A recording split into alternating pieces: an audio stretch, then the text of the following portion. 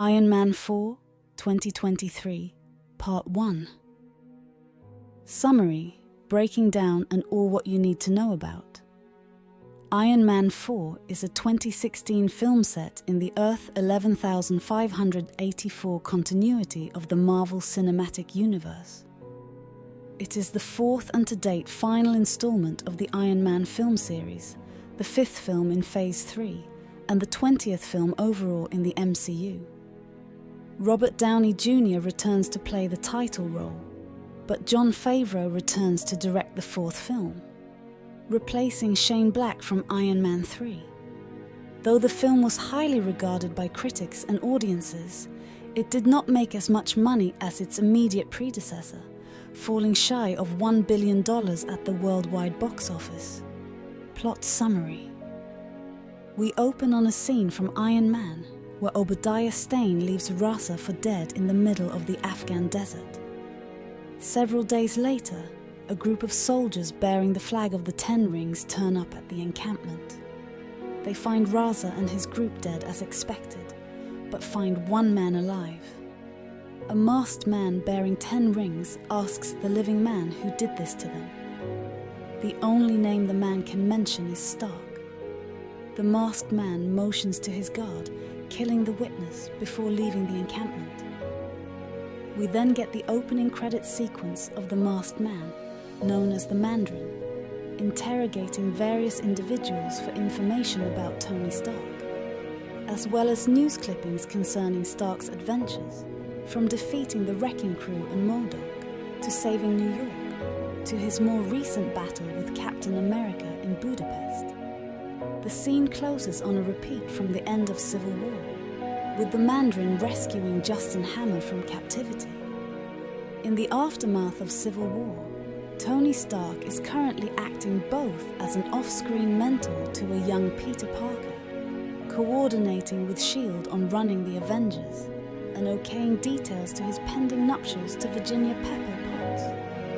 Though the two are busy, they manage to sneak a few moments here and there where they can.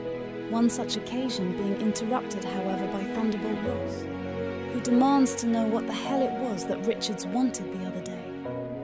Stark stonewalls Ross's questions, only to be further interrupted by James Rhodes, who tells him that there is a terrorist situation happening in Shanghai.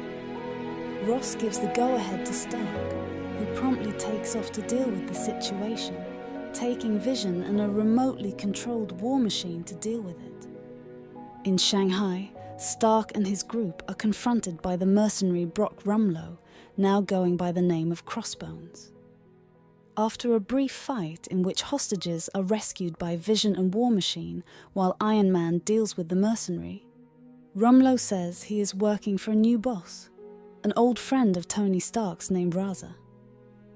Stark mentions that is impossible, as Raza is dead, but Rumlow cryptically replies, so is his boss, before setting off a controlled detonation of the marketplace they are fighting in.